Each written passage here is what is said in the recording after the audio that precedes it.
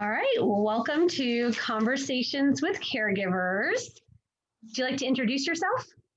Sure, I am Pam Moriarty. I am a supervisor for Adult Protective Services. We are part of the state of Nebraska's Department of Health and Human Services.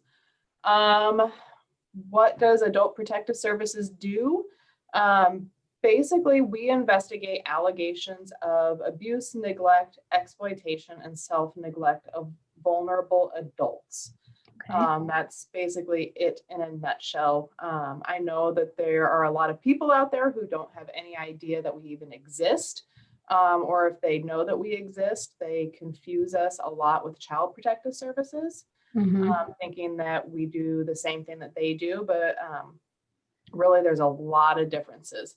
But basically, in a nutshell, that is what we do: is we investigate those allegations that come into our hotline. Who are making those calls to the hotline? Lots of people. They really run the gamut. They could be family members, they may be caregivers, they may be doctors' offices, like I said, in-home caregivers. We also do investigations of facilities. So we do go in and investigate abuse and neglect that's occurring in nursing homes or in assisted livings. So it may be a staff member at the facility or a family member. Yeah, I think that pretty much covers everybody. That's quite a gambit. Right. So if I am really concerned about my mom, I guess when I hear APS, it feels a little intimidating. And if I'm really concerned about my family member living at home alone and I'm not liking what I'm seeing or something doesn't feel right, should I be reluctant to call you? Absolutely not. First of all calls that are made to the hotline are confidential. I always recommend giving your information to the hotline worker, but by it being confidential, what that means is that when we go out and we're making contact with people, we're not saying, oh, this was called in by your daughter or whoever. Okay. But it's always important to give that information so that we as investigators can get back in touch with you if we have further questions or need more information. But no, absolutely don't be reluctant to call in. Some people will say, oh, well, I wasn't sure whether or not I should call.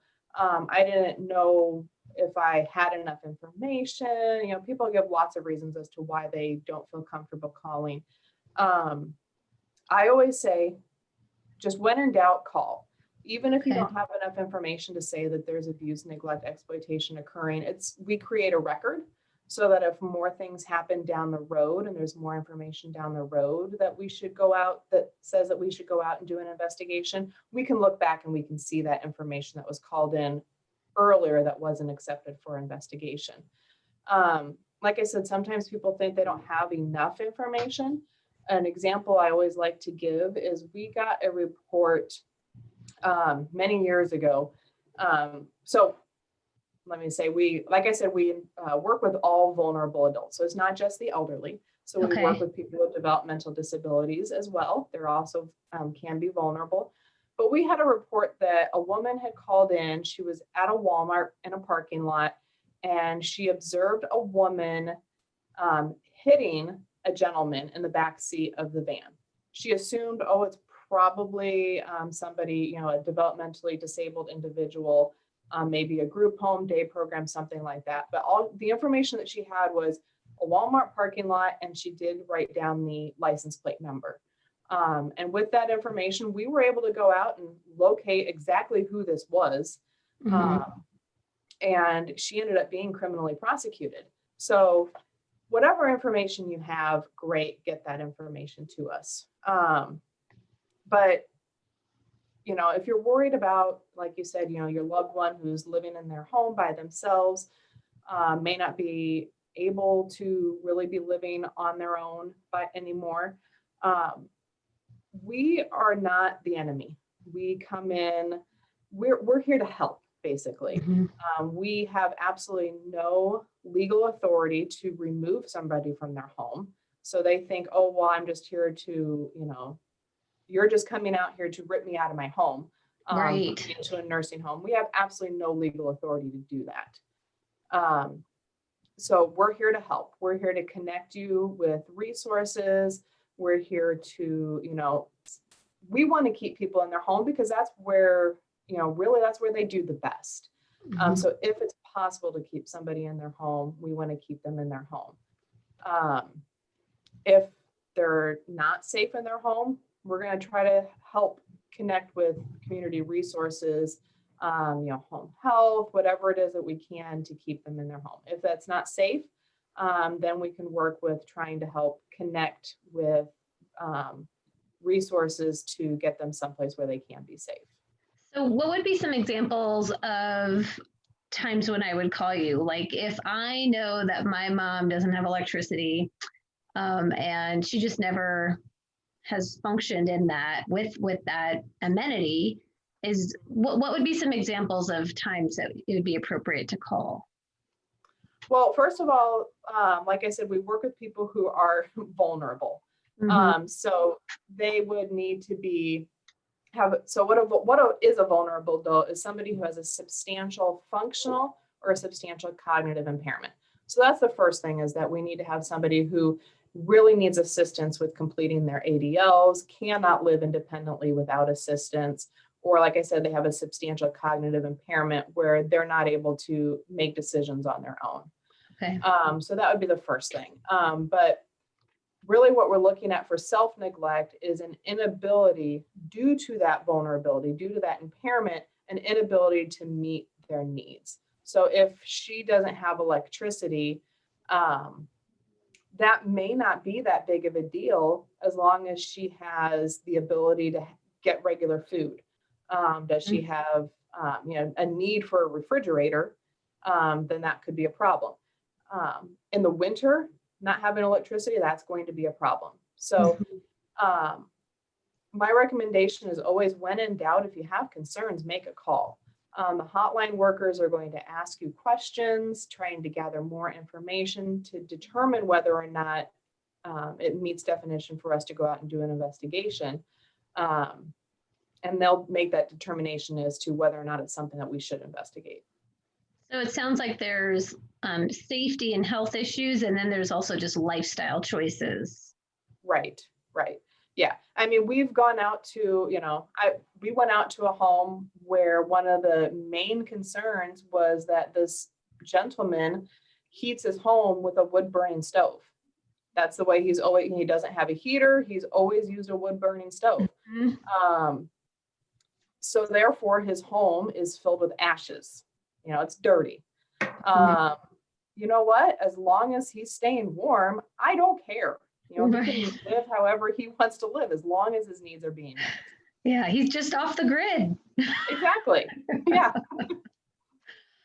There's people that dream of that. Right. Absolutely. I mean, it's shocking to think that in the middle of Omaha that, that would be happening, but it does. Yeah. So we are in the state of Nebraska. Are the regulations that you adhere to the same in every state, or do we have our own things? Because we have listeners in different states.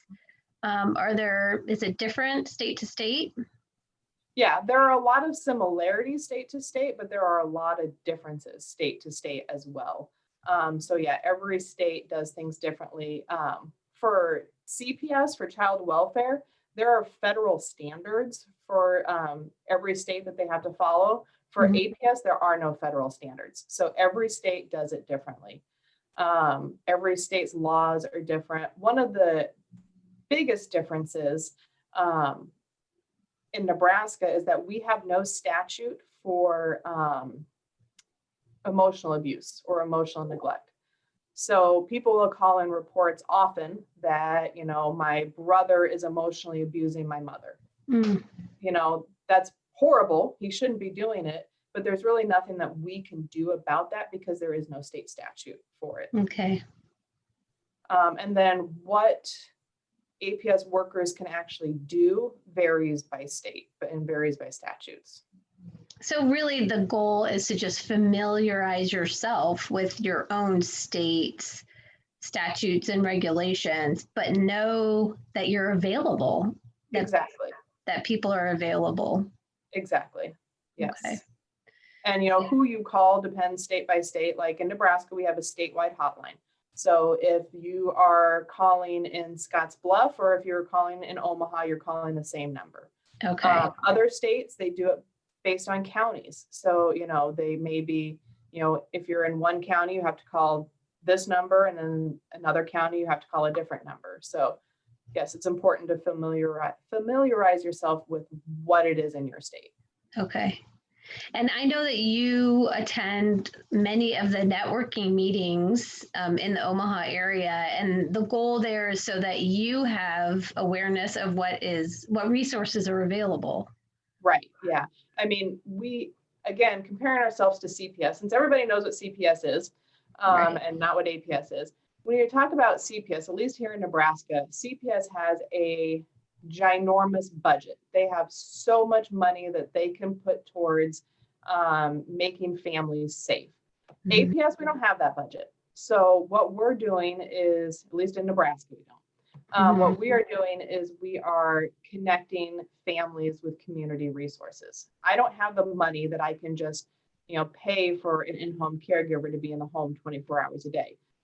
So that is what we're doing by attending these networking meetings, is seeing, okay, what resources are out there in the community that we can recommend for families.